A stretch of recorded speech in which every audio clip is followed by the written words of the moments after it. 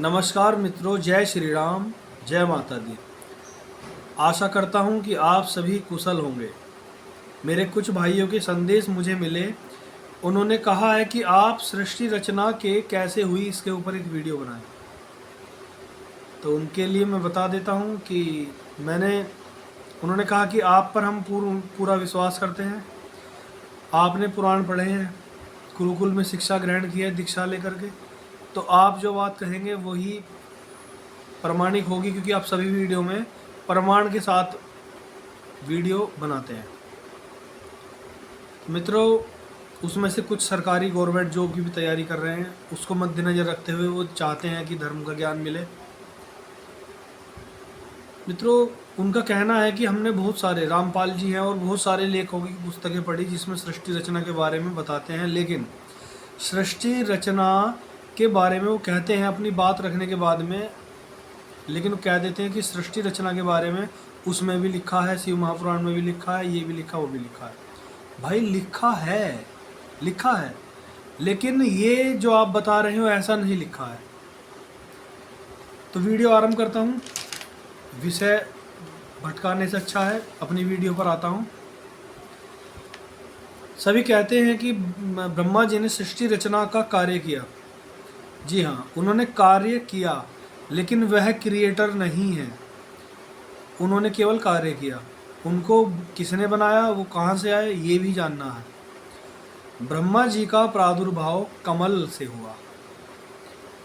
इसी प्रकार कमल से प्रादुर्भाव होता देख वो उस परमात्मा ईश्वर की खोज में वापस उसी डंडी में चले गए जिससे उनका प्रादुर्भाव हुआ था, और अंत में जल तक चले गए। और उनका 3 भाग किए उन्होंने। 3 विभागों के नाम थे भू, भुआ और सुहा। ये भू, भुआ और सुहा, उन्होंने 3 नाम इसके रखे थे। उसमें उन्हें खोज न मिली, वापस आए तो ब्रह्मा जी से उनका संवाद मिलता है।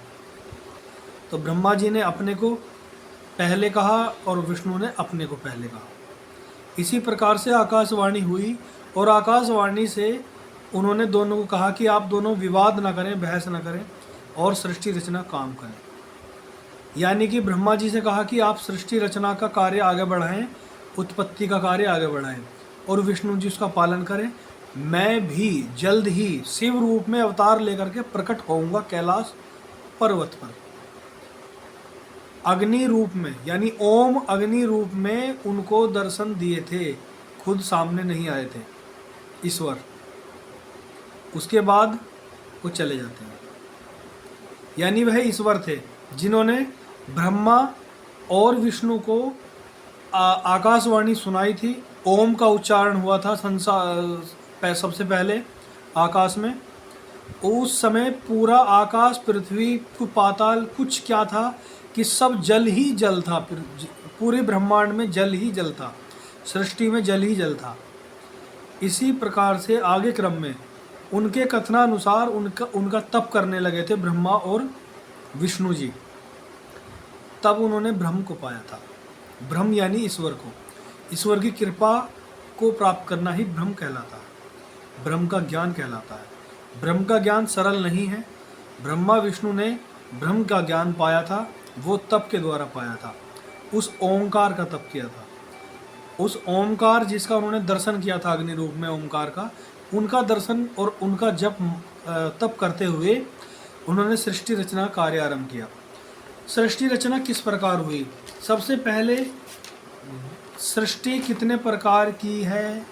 सभी जिन्होंने अपने अपने गुरु से दीक्षा ली है वो अन्य लोगों से यही प्रश्न करते हैं कि देखें हम तुमको कितना ज्ञान है, सृष्टि कितने प्रकार की है। आपको बता दें, ब्रह्मा जी ने जो पुराणोक्त विधि से जानकारी है, ये कहा जाता है, ये बताया गया है वेद पुराणों में भी कि ब्रह्मा जी ने 10 सृष्टियों की रचना की। वह 10 सृष्टि कौन कौन सी हैं वह मैं आपको बताता हूँ। पहली है महतत्व की सृष्टि, यानी भगवान की प्रेरणा से संतवादी गुणों में विषमता की सृष्टि को कहते हैं महतत्व की सृष्टि। दूसरी सृष्टि है मित्रों अहंकार की सृष्टि, यानी पृथ्वी, पंचभूत, ज्ञानेंद्रिय व कर्मेंद्रिय की उत्पत्ति होती है इसमें। इसको कहते हैं अहंकार की सृष्टि। तीसरी होती है भूत सर्ग की सृष्टि, यानी पंच महाभूतों को उत्पन्न करने वाले की सृष्टि भूत सर्ग की सृष्टि होती है, भूत सर्ग। इंद्रियों की सृष्टि, यानी कि यह ज्ञान व क्रियाशील शक्ति से उत्पन्न होती है, इसको कहते हैं इंद्रियों की सृष्टि।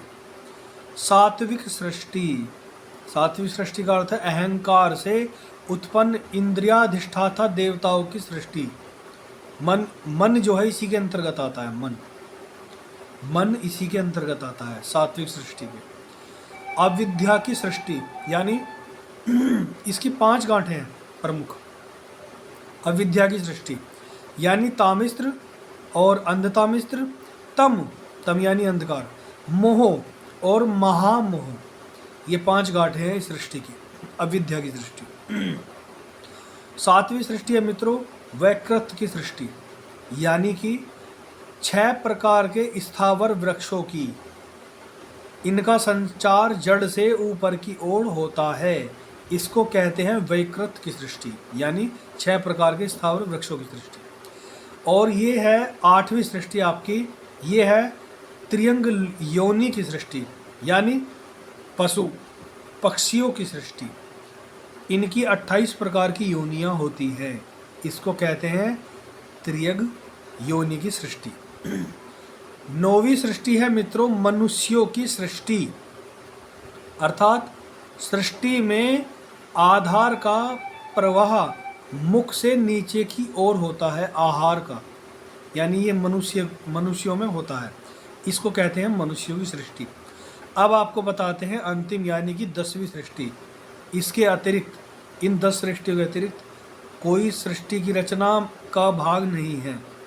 देव सर्ग वैकृत सृष्टि, इसका अर्थ है सनत कुमार आदि सभी ऋषियों का कौमार सर्ग है। यह प्राकृत और वैकृत दोनों रूप में था। इस प्रकार से अगर कोई यह पूछता है या कहता है सृष्टि कितनी प्रकार की सृष्टि की रचना ब्रह्मा जी ने की, इस प्रकार की आप ये सब देख सकते हैं, समझ सकते हैं। ब्रह्मा जी ने सर्वप्रथम ईश्वर यानी ओंकार की आज्ञा पा करके सबसे पहले अपने मन से मरीचि को उत्पन्न किया।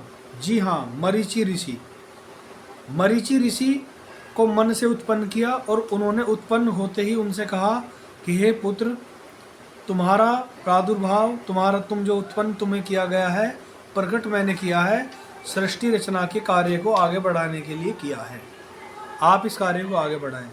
उन्होंने कहा नहीं, मैं सृष्टि रचना में आपका कोई योगदान नहीं कर सकता, क्योंकि मैं ईश्वर प्राप्ति, ईश्वर तप करना चाहता हूँ, सत्संग करना चाहता हूँ, उनका तप करना चाहता हूँ, मैं तप के लिए जा रहा हूँ। तो वो चले गए। इसके बाद ब्रह्मा जी ने अपने नेत्रों से अत्रि ऋषि की उत्पत्ति की। मरीचि की भांति अत्रि भी वही बात कह करके चले गए तप करने के लिए। उसके बाद ब्रह्मा जी ने अपने मुख से अंगिरस, जी हाँ, जो अंगिरस ऋषि थे उनकी उत्पत्ति की। दोनों की भांति अंगिरस भी वही बात कह करके तप करने चले गए। इसी प्रकार से उन्होंने, ब्रह्मा जी ने अपने कान से पुलस्त्य ऋषि को उत्पन्न किया, तो वह भी अपने भाइयों की तरह वही बात कह के चले गए तप करने के लिए। और अब ब्रह्मा जी ने अपनी नाभि से पुलहा नाम के ऋषि की उत्पत्ति की और वह भी वही बात कह के तप करने चले गए। अब ब्रह्मा जी ने अपने हाथ से क्रतु ऋषि की उत्पत्ति की, वह भी वही बात कह करके तप के लिए चले गए। त्वचा से ब्रह्मा जी ने भृगु ऋषि की उत्पत्ति की, वह भी वही बात कह के चले गए। त्वचा भी कहते हैं या छाया भी कहते हैं, छाया से करदम ऋषि की उत्पत्ति हुई थी। वशिष्ठ ऋषि की उत्पत्ति उन्होंने अपने प्राण से की। वशिष्ठ ऋषि प्राचीन एक गोत्र भी है। इनकी उत्पत्ति के बाद वह भी चले गए कहाँ, तप करने के लिए, सृष्टि रचना में कोई योगदान नहीं दिया। इसी प्रकार से उन्होंने अपने अंगुष्ठ यानी गोद अंगूठे से दक्ष की उत्पत्ति की। चूँकि ब्रह्मा जी अब बहुत निराश हो चुके थे, क्रोधित हो चुके थे, इसीलिए उन्होंने दक्ष को जब उत्पन्न किया तो उनके उसी अहंकार क्रोध रूपी से उनका उत्पन्न होना हुआ, तो उनमें भी अहंकार था। और अपनी छाया से उन्होंने देखा कि ये भी बहुत ही अहंकारी है, ये तो सुन ही नहीं रहा मेरी, तो उन्होंने छाया से करदम ऋषि की उत्पत्ति की। छाया से करदम ऋषि की उत्पत्ति के बाद में अपने बड़े भाइयों की तरह वह भी वही बात कह के निकल गए। अब गोद से नारद मुनि की उत्पत्ति की और वह भी वही बात कह के अपने बड़े भाइयों की तरह तप करने चले गए। अब उन्होंने अपनी इच्छा से सनक आदि ऋषियों को उत्पन्न किया और वह भी अपने बड़े भाइयों की तरह वही बात कह के तप करने चले गए। निराश हो गए उन्होंने उस ओंकार, उस परमेश्वर परमात्मा ईश्वर का ध्यान किया, तो ईश्वर ने उनको अर्धनारीश्वर रूप में दर्शन दिए पहली बार। पहले नहीं दिए थे, पहले अग्नि और ओंकार रूप में दर्शन दिए थे। इस बार अर्धनारीश्वर रूप में सदाशिव भगवान और आदि शक्ति उनके सामने थे और उन्होंने कहा कि मैंने आपसे पहले ही कहा था, बिना शक्ति के सृष्टि रचना संभव नहीं है। इसीलिए ये देखिए, मैंने अपने से शक्ति को अलग कर दिया है। अब मैं जल्द ही कैलाश पर्वत पर अवतार लूँगा और ये आपके पुत्र दक्ष की पुत्री के रूप में जन्म लेंगी। आप शीघ्र ही सृष्टि रचना कार्य आरंभ कीजिए। इनका नाम सती होगा।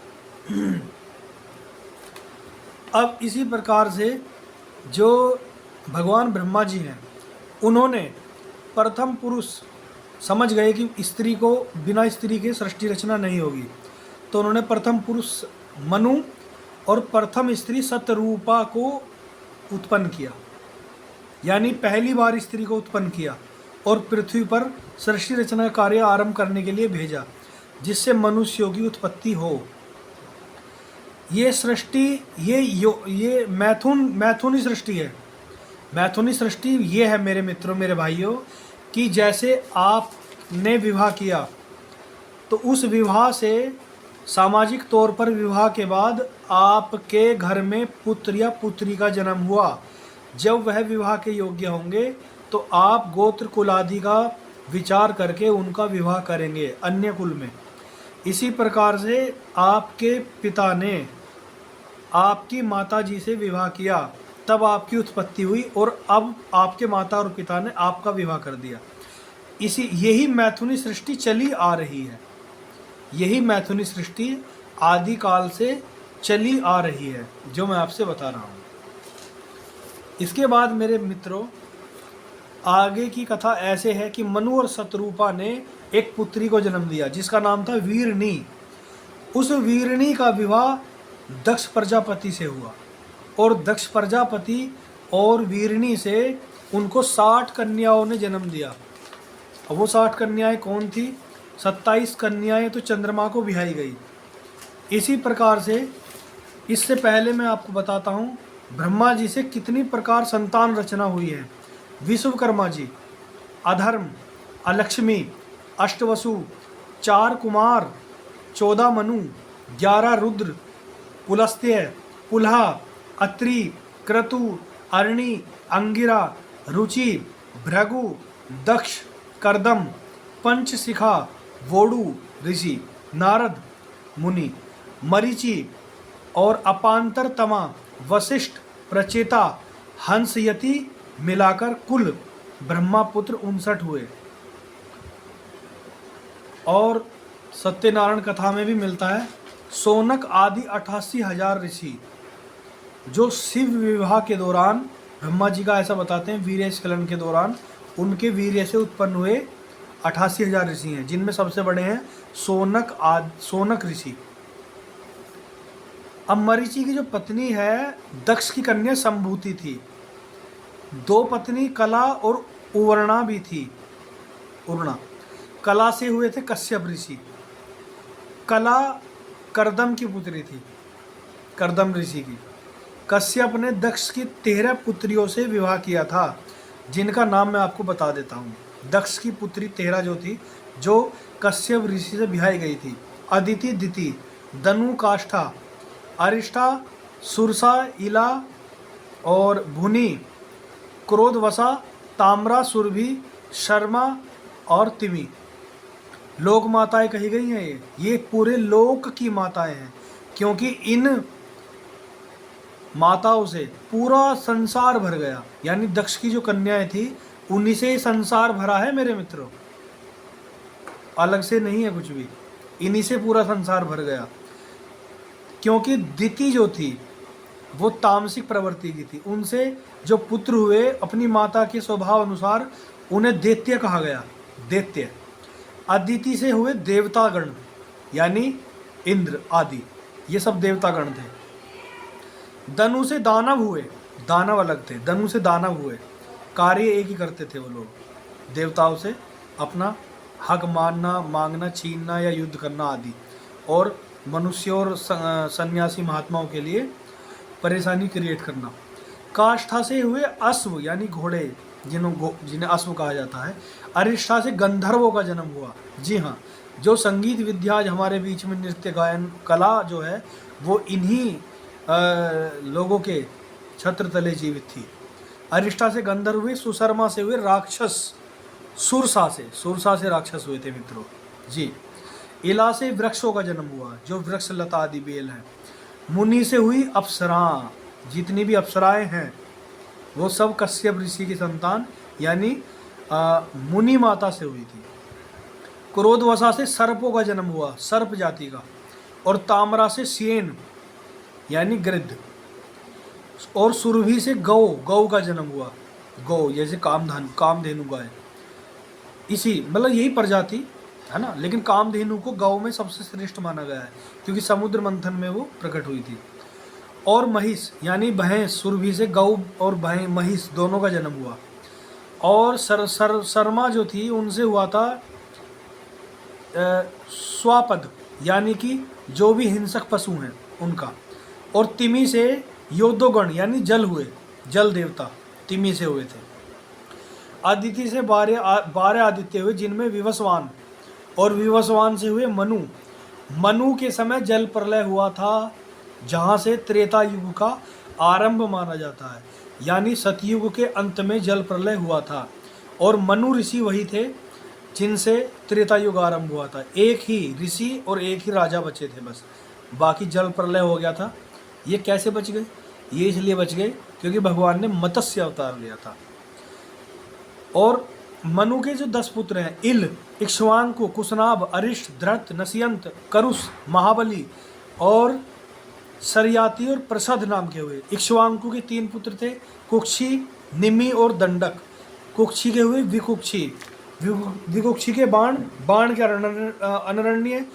अनरण्य के पृथु के त्रिशंकु के धुंधुमार के युवनांश के मानधाता की सुसंधि के ध्रुवसंधि के प्रसेनजीत भाई थे। और ध्रुवसंधि के भरत के असित के सगर के असमंजस के अंशुमान के राजा दिलीप के राजा भगीरथ, जिन्होंने गंगा को पृथ्वी पर उतारने का जो कार्य हुआ वो उनके सौभाग्य था। और भगीरथ के ककुत्स हुए थे, ककुत्स के रघु राजा हुए थे, राजा रघु, जिनके नाम पर रघुवंश पड़ा था नाम। और रघु के प्रवर्ध के संखण हुए थे, संखण के सुदर्शन के अग्निवर्ण हुए थे, अग्निवर्ण के सिंहरण हुए थे, और सिंहरण के मरु के प्रसुश्रु के अम्बरीश के नहुस के ययाति के नाभाग के अज राजा, और राजा अज के पुत्र थे राजा दशरथ, और दशरथ के पुत्र थे भगवान राम, लक्ष्मण, भरत और शत्रुघ्न। यह बात प्राचीन रामायण के प्रथम सर्ग के 59 श्लोक से लेकर 72 श्लोक तक स्पष्ट लिखी गई है। इसमें कोई भी संशय नहीं है मित्रों, आप भी पढ़ सकते हैं रामायण। और सृष्टि रचना बहुत लंबी है, इसको मैं प्रयास करूँगा। ब्रह्मापुत्र अत्रि ने ब्रह्मा की जो पुत्री करदम की पुत्री थी, यानी कि अत्रि ने विवाह किया करदम की पुत्री, जो खुद ब्रह्मा के पुत्र थे, अनुसुईया से विवाह किया। और देवहूति गर्भ से, देवहूति उनका नाम था, अनुसुईया उससे भी उनका विवाह हुआ था, 2 विवाह हुए थे। तो अनुसुईया जो थे उनसे त्रिदेव अंश से चंद्रमा, दत्तात्रेय और दुर्वासा, यानी ब्रह्मा, विष्णु और महेश, इन तीनों ने ही अवतार लिए थे, चंद्रमा, दत्तात्रेय, दुर्वासा ऋषि के रूप में। और ब्रह्मवादिनी नाम की कन्या हुई थी।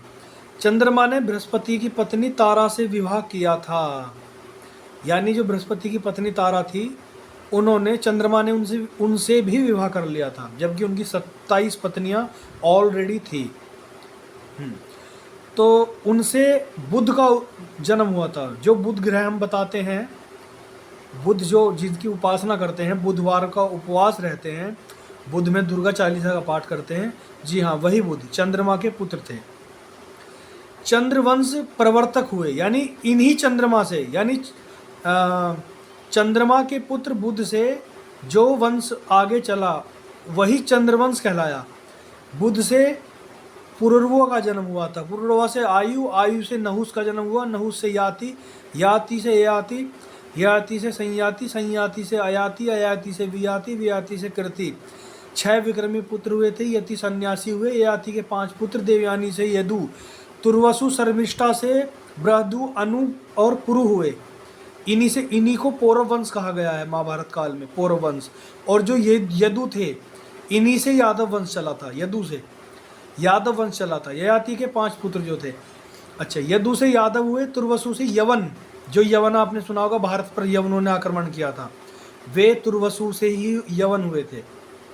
उसी वंश को यवन कहा गया था, जो तुर्वसु का वंश है।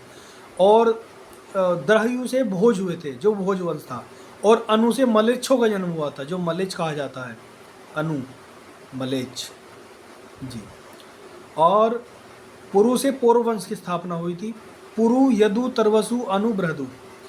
और पुरवसु का विवाह उर्वशी से हुआ था। इनसे आयु, वनायु, शतायु, दृढ़ायु, धीमंत, अमावसु। और आयु का विवाह स्वर भानु की पुत्री प्रभा से हुआ था। स्वर भानु वही है जिनको भगवान विष्णु ने उनका सर काट दिया था, जिसको राहु केतु कहा जाता है। वही स्वर भानु है जो राजा दैत्यों, राक्षसों के, असुरों के समुद्र मंथन के दौरान सेनापति थे, यानी कि राजा बलि के। नहुस, राजा रजी, अनेना आदि, ये वंश चला आगे। नहुस का विवाह विरजा से हुआ था, बहुत लंबी कहानी है मित्रों। ययाति, संयाति, अपाति, तर्याति, ध्रुव हुए। और अमावसु से पृथक वंश चला। अब मैं आपको मोस्ट बता देता हूँ। इसमें कुशस्य, गाधी, ऋषि विश्वामित्र और मधुच्छंद हुए। अमावसु से जो हुआ पृथक वंश जो चला। देवयानी, अब ययाति का विवाह देवयानी और शर्मिष्ठा से हुआ था। देवयानी कौन थी? असुरों के जो गुरु थे शुक्राचार्य, उनकी पुत्री देवयानी। शर्मिष्ठा कौन थी? यानी कि जो राक्षसों के राजा थे वृषपर्वा, उनकी पुत्री थी शर्मिष्ठा, उनसे विवाह हुआ। देवयानी के पुत्र कौन हुए थे? यदु और तुर्वसु। शर्मिष्ठा के दुहु, पुरु और अनु हुए थे। पुत्री माधवी थी इनकी। अब से 7200 ईस्वा पूर्व इन राजाओं का राज था, यानी इनका वंश था, इसका उल्लेख मिलता है। पुरुवंश, इनमें भरत और सुदास हुए थे पुरुवंश में। शांतनु व भीष्म पुत्र, अर्जुन, अभिमन्यु, परीक्षित, जन्मेजय, ये पुरुवंश के पौरव, ये पौरव थे, पुरुवंश में हुए थे। इनको पांडव क्यों कहा गया? पांडव भीष्म को नहीं कहते थे, उनको पौरव कहा जाता था। पांडव कहा गया था उनके पिता पांडु की वजह से, क्योंकि उनके पिता का नाम पांडु था, इसलिए उन्हें पांडव कहलाए। उनके कुल में और कोई पांडव किसी को नहीं कहा जाता था, पांडव यही थे 5 लोग। यदुवंश, अब यदुवंश के जो पुत्र हैं, यदु के जो वंश पुत्र थे, सहस्त्रजीत, कोष्ठा, नल, रिपु। सहस्त्रजीत से सत्यजीत हुए थे, सत्यजीत से महाधनु हुए थे, वैणु हुए थे, हय हुए थे। इस हय से धर्म, धर्म से नेत्र, नेत्र से कुंती, कुंती से सोहंजी, सोहंजी से महिष्मान, महिष्मान से भरतसेन का जन्म हुआ था। ये इनका वंश है यदुओं का। इसी वंश में हमारे भगवान कृष्ण जी ने भी अवतार लिया था, यदुवंश में। तुर्वसु से जो इनका मुख्य लोग हैं उनका नाम ले लेता हूँ, ज़्यादा लंबा हो जाएगा। वाहनी, भृग, भानुमति, त्रिभानु, कुरुंधर्म, मरवंत और संतानहीन थे, तो इन्होंने गोद लिया था दुष्यंत को। पुरुवंशी थे ये भी, इनको राजा बना लिया था। यवन क्षत्रिय थे, क्षत्रिय कर्म छोड़ने से शूद्र हो गए थे। देखिए क्या लिखा है शास्त्रों में, हमारे वेद शास्त्रों में कहीं भी उठाकर देख लीजिए, कहीं कोई मतभेद नहीं। यवन जो थे वो क्षत्रिय थे जो आक्रमण किया करते थे भारत पर, और क्षत्रिय कर्म छोड़ने से शूद्र हो गए थे। पहले भी मैंने देखा है कि जो ब्राह्मण थे जिनका नाम था उनके काल में क्या हुआ था, मैं उस पर ऑलरेडी वीडियो बना चुका हूँ कि जब यवनों ने आक्रमण किए थे, जो बौद्ध थे उन्होंने बौद्ध राजा, जिनको आज कहते हैं कि हाँ ये हमारे बौद्ध राजा थे, उन्होंने अशोक के जो पुत्र थे उन्होंने युद्ध करने को मना कर दिया था। यानी विदेशी आक्रमण करें तो करें, जनता को लूटें तो लूटें, व्यापारियों को लूटें तो लूटें। इसी प्रकार से हमारे एक ब्राह्मण राजा थे, उन्होंने नापितु उन बौद्धों को ख़त्म किया जो युद्ध नहीं करके रक्षा नहीं कर रहे थे जनता की, और जो षड्यंत्र करके बाहर से बुला रहे थे उनको भी संहार किया, उनके बौद्ध मठों को तोड़ा था। ये बात सत्य है, मैं अपने मुख से इसको स्वीकार करता हूँ। लेकिन आप लोग भी स्वीकार कीजिए जो सच्चाई है, इससे भागिए मत। उन्होंने षड्यंत्र, भारत के विरुद्ध षड्यंत्र करने वाले बौद्ध मठों को ध्वस्त किया था और उन्हीं को कत्लेआम किया या उनको मृत्युदंड दिया, जो भी है, राजा बने थे। तो इसी प्रकार से ये जो यवन थे ये भारत पर आक्रमण किया करते थे। बाद में पराजित होने के बाद क्षत्रिय कर्म छोड़ने से इनको शूद्र बोल दिया गया था। कि शूद्र का अर्थ क्या है, जो हमारे रामायण के रचयिता वाल्मीकि जी हैं, उन्होंने सीता का अपहरण करने के लिए रावण को शूद्र कह डाला है। रामचरितमानस में तुलसीदास जी ने रावण को शूद्र कहा है, रावण को शूद्र कहा है इसी वजह से कि तुमने शूद्रवत व्यवहार किया है। यानी कर्म नीच करने वाला शूद्र कहलाता है, ना कि किसी कुल में जन्म लेने वाला। संतान हम सभी उस परमेश्वर, उस क्रिएटर की ही हैं, उसी की कृपा का ही फल है हम। संतान सभी हैं, एक ही संतान है, समझने का फर्क नहीं है। लेकिन राजनीति वश लोगों को भड़काया और भिड़ाया जाता है और लोग उसमें आ जाते हैं। अब इसमें गलती किसकी है? भड़काने वाले की। लेकिन ज़्यादा किसकी है? जो इस भड़कावे में आ जाते हैं। अगर कुछ लोग, चाहे वो ब्राह्मण हो, वैसे ब्राह्मण है नहीं कोई, ब्राह्मण पहले होते थे, अब विप्र हैं। विप्र, क्षत्रिय, वैश्य, शूद्र, जो भी मेरे भाई हैं इस कैटेगरी में आने वाले हैं या इससे बाहर भी हों, मैं मानता हूँ, अगर होंगे तो कृपया करके ये बात को समझिए। आपस में विवाद, झगड़ा ये सब मत करिए। हाँ, अगर करते हैं, मैं मानता हूँ लोग करते हैं, विप्र, क्षत्रिय, वैश्य, ब्राह्मण, कुछ लोग हैं जो करते हैं, वो अपना काम कर रहे हैं, उनको करने दीजिए। लेकिन आप विवेक रखिए। अगर आप में ज्ञान सबके अंदर है, लेकिन आप में अगर बुद्धि है तो आप थोड़ा सा विवेक रखिए। मेरा यही कहना है। अनुवंश, ये कबीला था, रीवा नदी पर बसा हुआ था, उसमें के भद्र हुए थे। बहुत सारे वंश हैं, आगे चलते हैं, बहुत लंबी इनकी यथा कहानी है। भृगुवंश जो है, अब मैं आगे जो भी वंशावली है उसके बारे में बाद में बात करूंगा। वीडियो बहुत लंबा हो गया है।